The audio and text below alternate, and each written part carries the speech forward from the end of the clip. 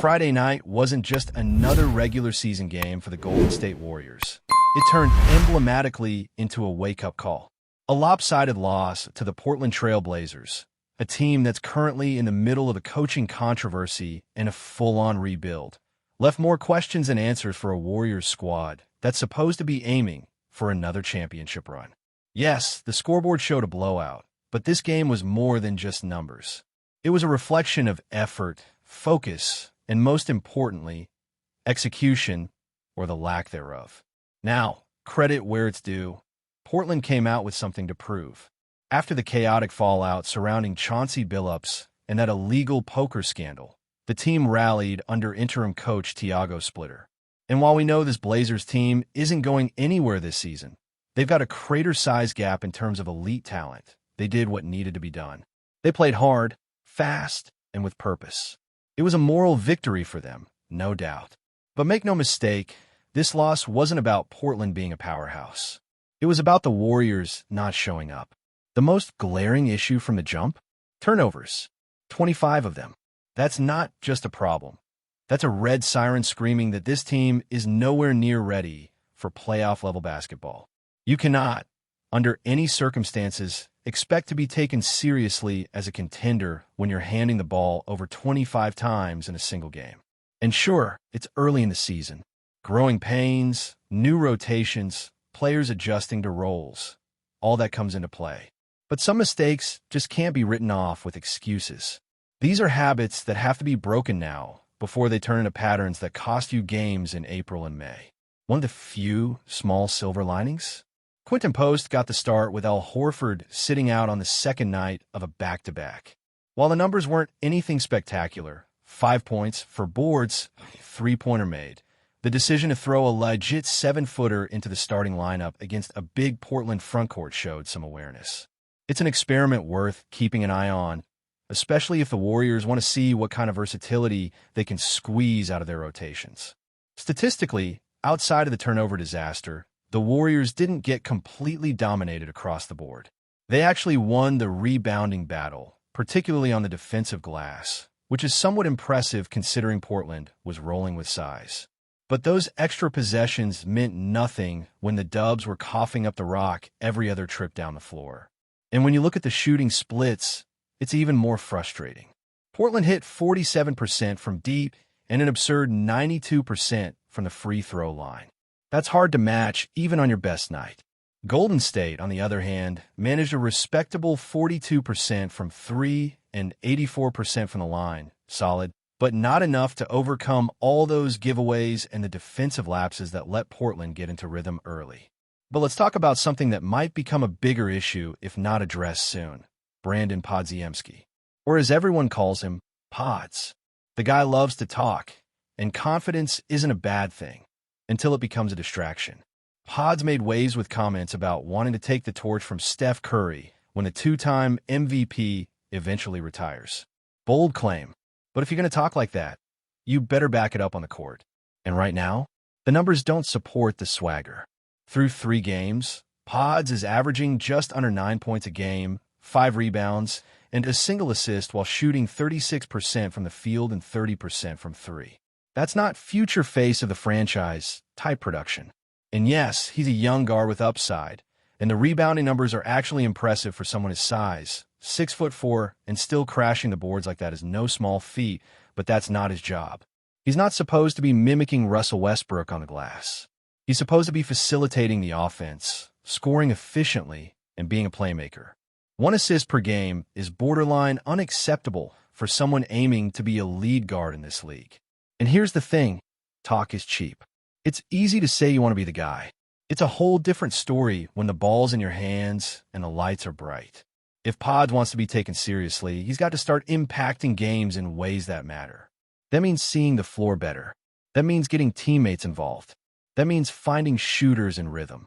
1 assist per night tells me he's not doing that yet. But the good news is this can change. Upping that number to 3 or 4, then working toward 5 or 6 down the road would go a long way in proving that he's more than just a confident soundbite. On the flip side, look at Jonathan Kuminga. Earlier this year, there was all sorts of chatter about whether he was happy in his role, whether he fit the long-term vision.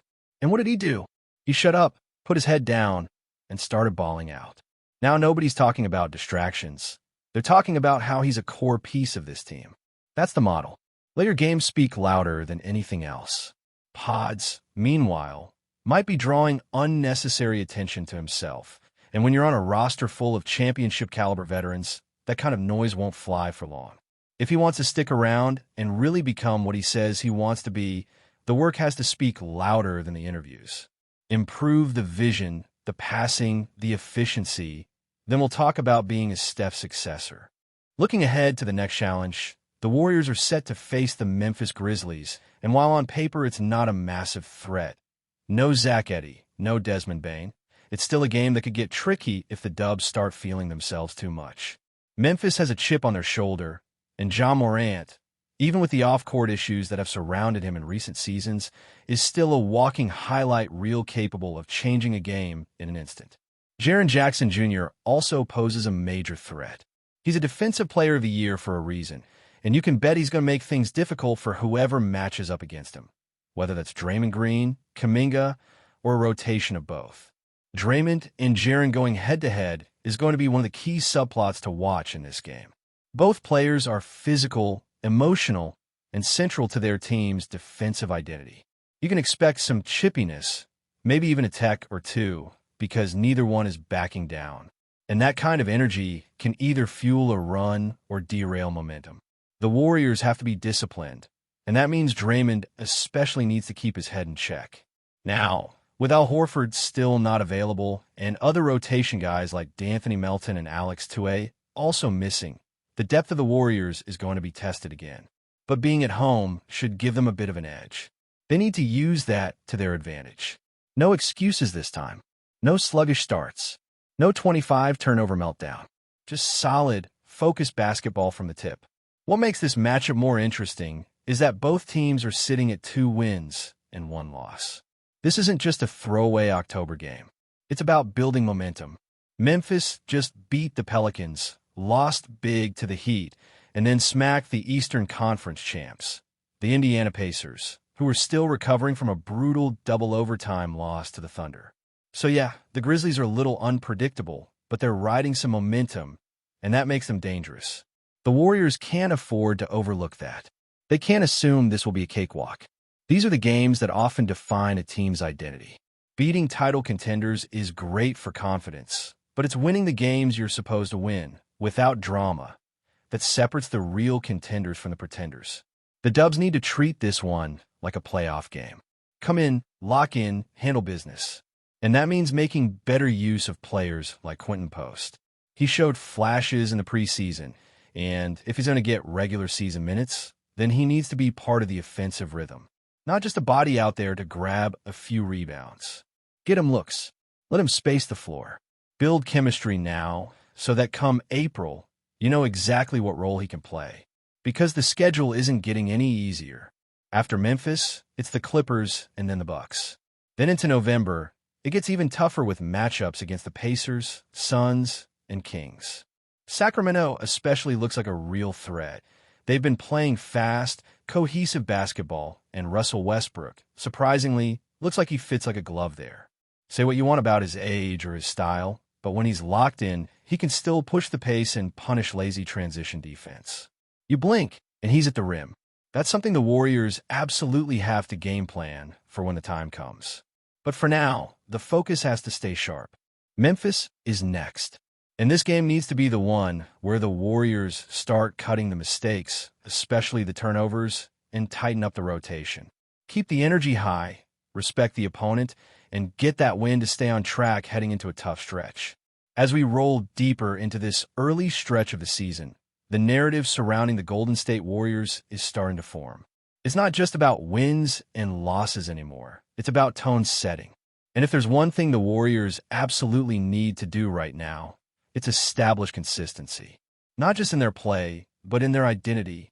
Because right now, it feels like they're wobbling between flashes of brilliance and head-scratching lapses.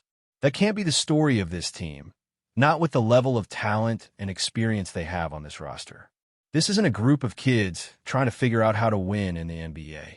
This is a core that includes multiple champions future Hall of Famers, and one of the greatest shooters to ever live. So when you see a performance like the one against Portland, where the team turns the ball over 25 times and lets a clearly inferior squad run them out of the gym, it's fair to question where the focus is. Because the talent is still there. The system is still there. What seems to be missing at times is the hunger, the urgency, and maybe that's natural in October. But the league is too competitive now to coast through these early games hoping to flip the switch later. Teams like Memphis, Indiana, and even Sacramento, they're not waiting for anyone. They're hungry now.